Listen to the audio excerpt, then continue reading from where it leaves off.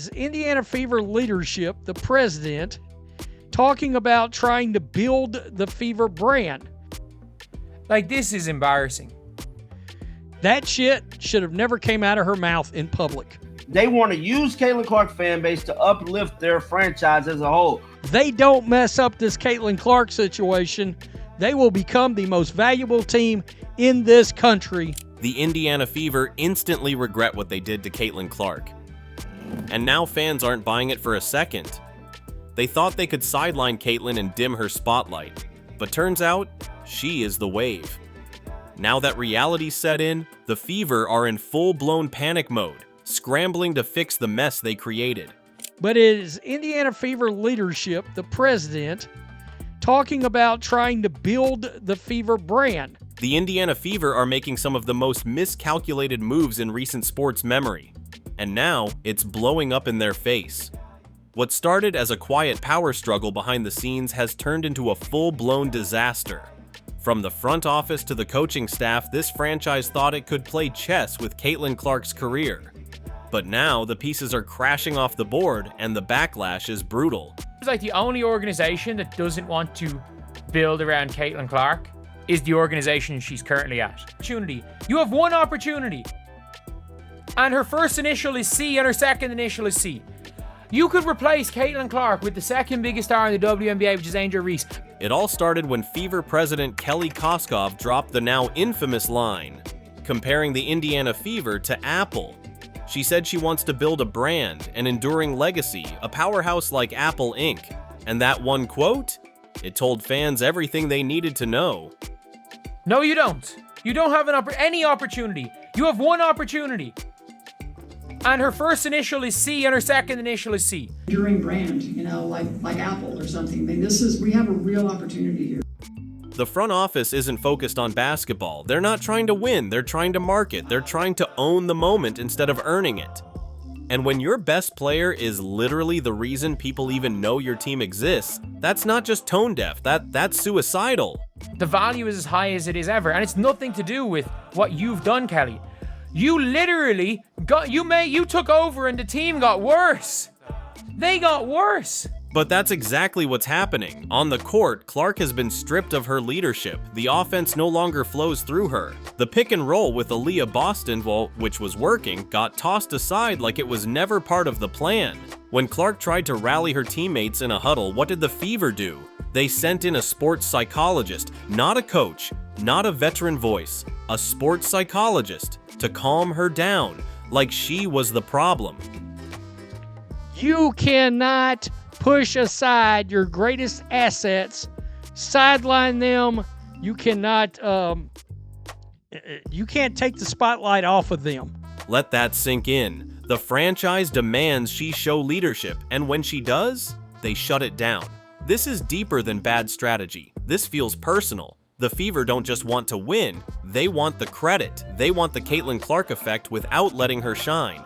And now, it's all backfiring. You could replace Caitlin Clark with the second biggest star in the WNBA, which is Angel Reese, and your viewership would tank by 70%. Because the numbers don't lie. When Clark plays, games break records. When she doesn't, ratings nosedive. One bold prediction said it all. Replace her with Angel Reese, you lose 70% of your viewership. Try Paige Buchers, you still lose 60%. There is no plan B. Caitlin is the plan. The fandom is in pure crash out mode. Somebody exposed something out there. Experts said the Fever would be America's team, if they embraced Caitlin fully. But instead, this franchise is trying to force her into some cookie-cutter team vision built around sharing the spotlight and building a brand.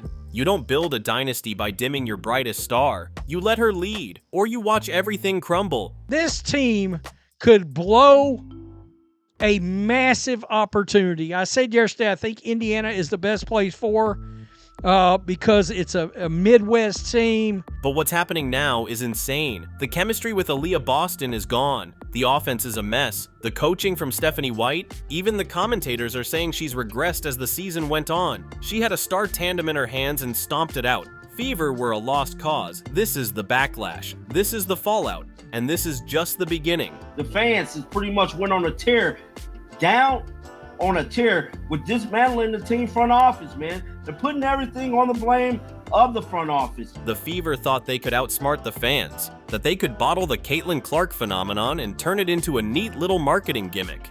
But as the days go by, it's becoming painfully clear. You can't tame something that electrifying.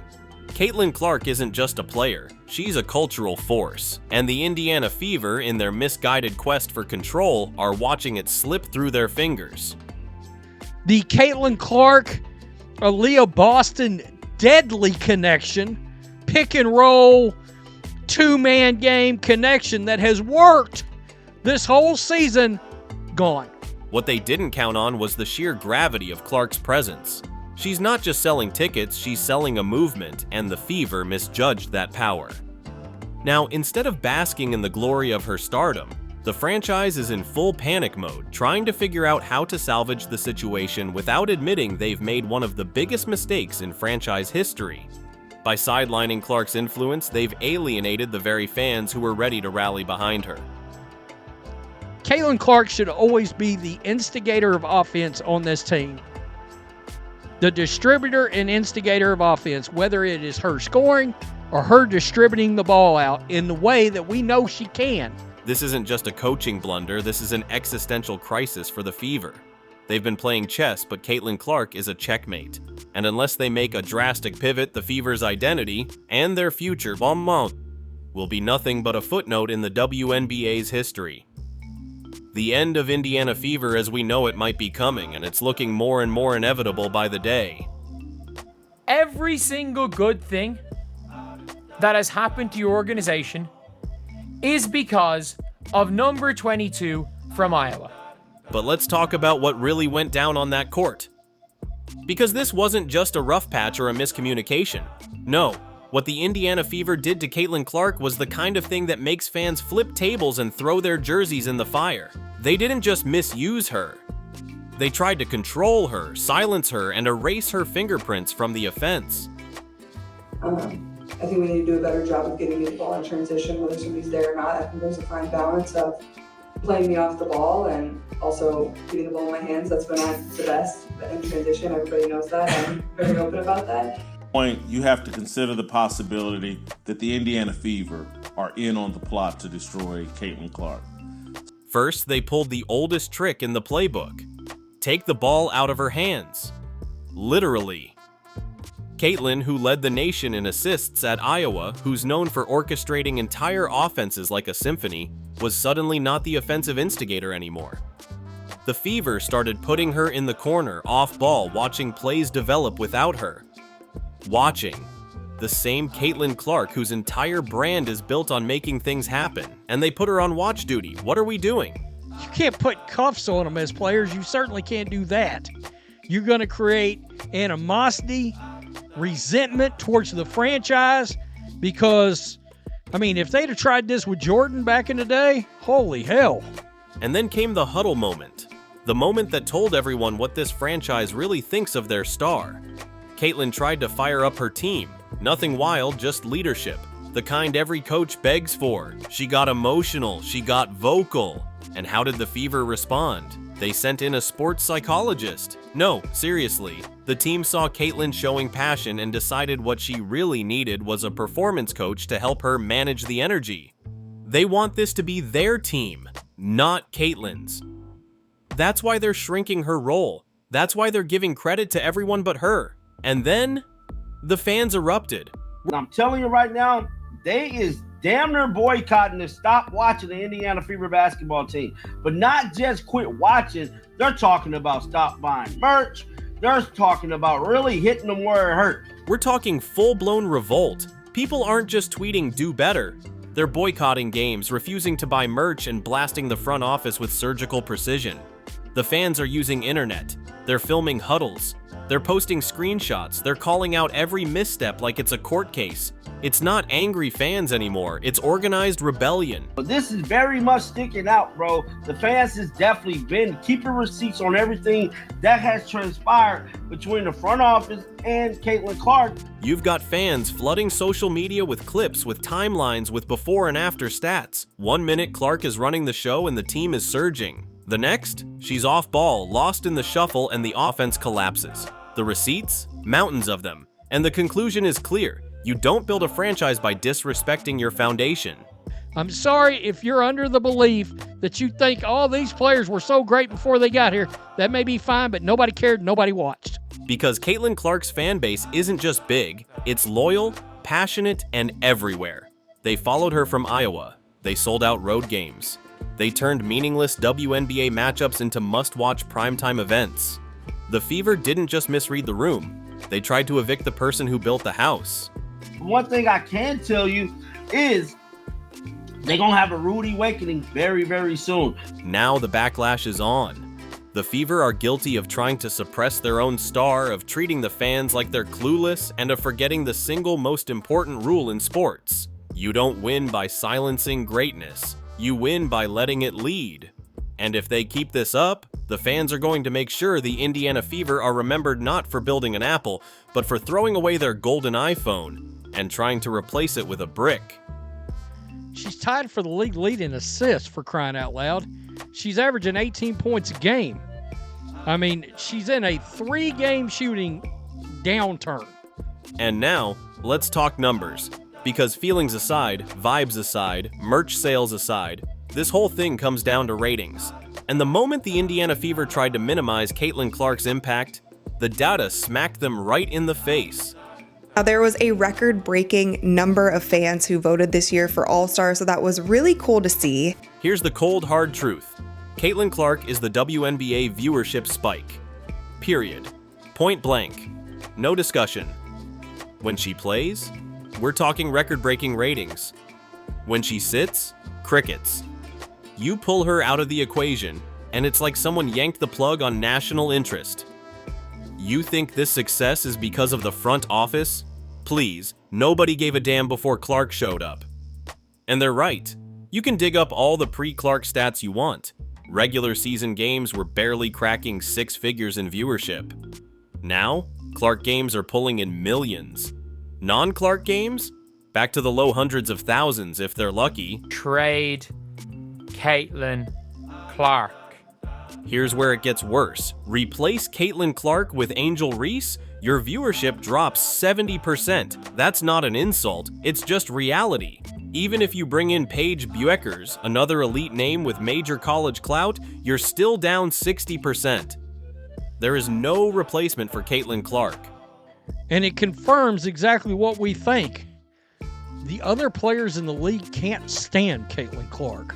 Fans erupted that every single good thing you've gotten is because of Nanometer 22 from Iowa. That means sold out games. That means TV deals. That means corporate sponsors suddenly pretending they've cared about women's basketball all along. It all comes down to her. And now, the numbers are already starting to wobble. The tightrope's shaking, and the Fever are still out there pretending they're balancing just fine while juggling chainsaws. You won a Commissioner's Cup. Again, you don't get to the Commissioner's Cup final without Caitlin, but at the same time, you can argue, oh, maybe you won the Commissioner's Cup without Caitlin. Cool. So maybe there are some on-the-court things. Aaliyah Boston's been fantastic. There have been good players as well. The on-the-court product is not 100% Caitlin. What happens if she leaves? Simple. Indiana's WNBA presence dies overnight. This isn't a rebuild. This isn't a retool. This would be a funeral.